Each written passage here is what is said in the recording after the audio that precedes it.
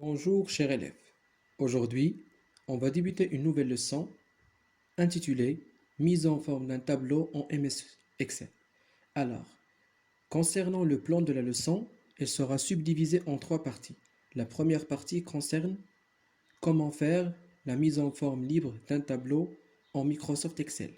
Dans un deuxième temps, on va voir comment faire la mise en forme automatique et finalement comment faire la mise en forme conditionnelle, c'est-à-dire faire la mise en forme selon des conditions. Pour cela, on va débuter par une activité.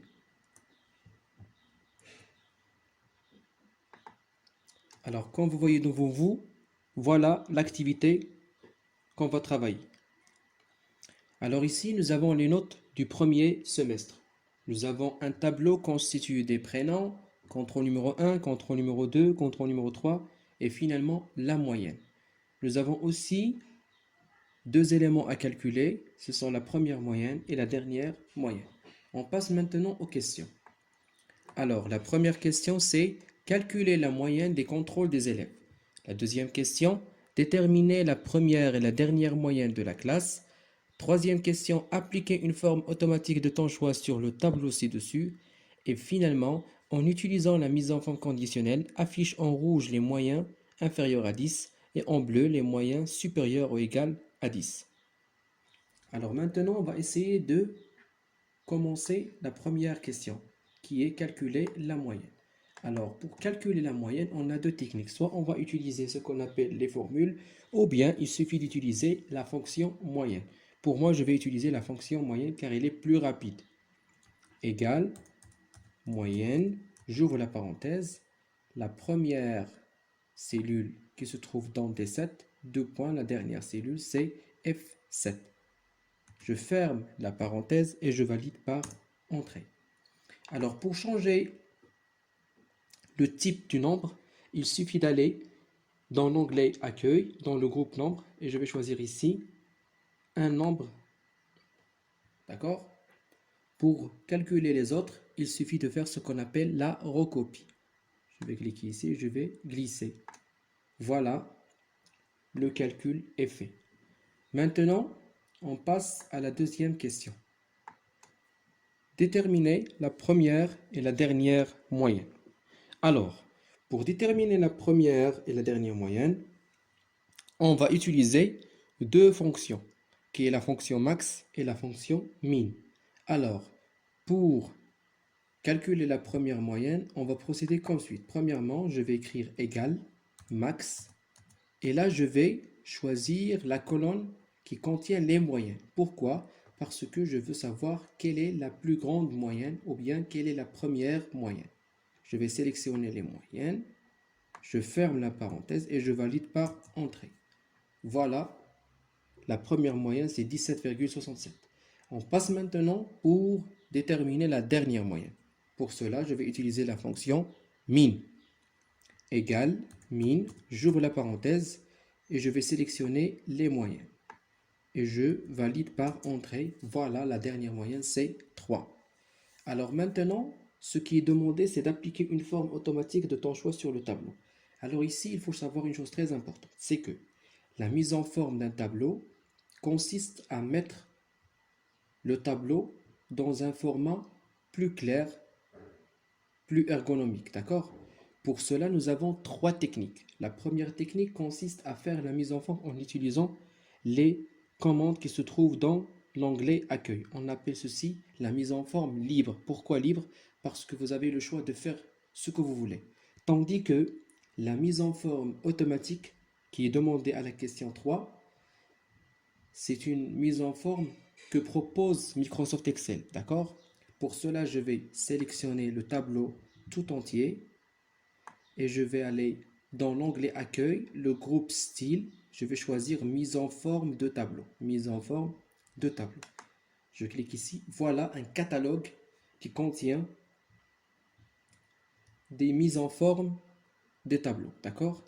Alors pour moi, je vais choisir une mise en forme, n'importe laquelle. Par exemple ici. Je valide par OK. Voilà le tableau. Maintenant, il est dans une forme prédéfinie. D'accord? De même, il nous donne la possibilité de faire ce qu'on appelle le filtrage et le triage. Maintenant, on va essayer de faire la quatrième et la dernière question, qui est la mise en forme conditionnelle. Nous avons vu dans la séance précédente l'action conditionnelle, c'est-à-dire la fonction si. La même chose ici, on va appliquer la fonction si, mais sur le côté qui concerne la mise en forme.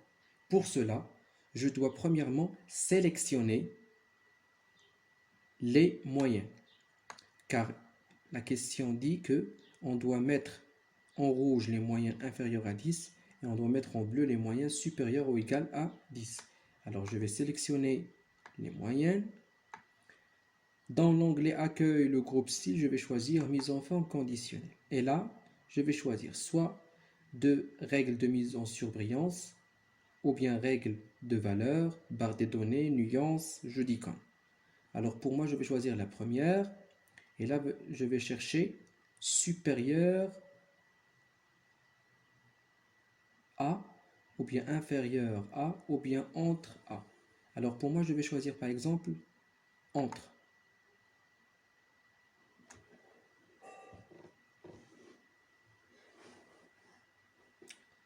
Ou bien je vais essayer de faire seulement inférieur à, comme ceci. Alors, si les notes sont inférieures à 10 strictement, je dois mettre quelle couleur? Rouge. Et je valide par OK. OK. Voilà, les moyens qui sont inférieurs strictement à 10 sont avec la couleur rouge. Si je veux mettre les moyennes qui sont supérieurs ou égales à 10 par la couleur bleue, pour cela, je vais cliquer ici sur mise en forme, règle de surbrillance, supérieur à, et je vais mettre ici 10. Et là, je vais chercher format personnalisé, je vais choisir la couleur bleue. Et je valide par OK, OK. Voilà, les moyens qui sont supérieurs à 10 sont avec la couleur bleue.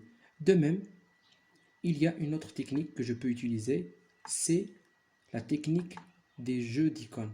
Comme ici, par exemple, si je veux que ce soit sous la forme des étoiles, comme ceci, voilà.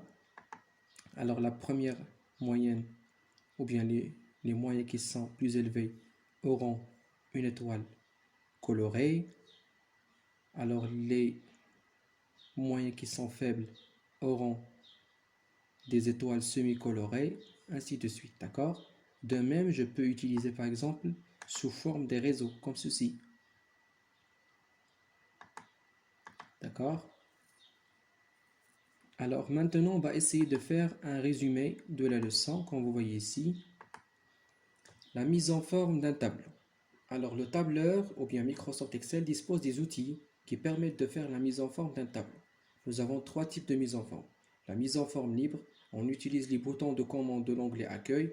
La mise en forme automatique, on utilise le bouton Mettre sous forme de tableau groupe style onglet Accueil. Et la mise en forme conditionnelle permet d'attribuer des mises en forme aux cellules d'un tableau suivant des conditions. On utilise le bouton Mise en forme conditionnelle groupe style onglet Accueil. Merci infiniment pour votre attention et à très bientôt.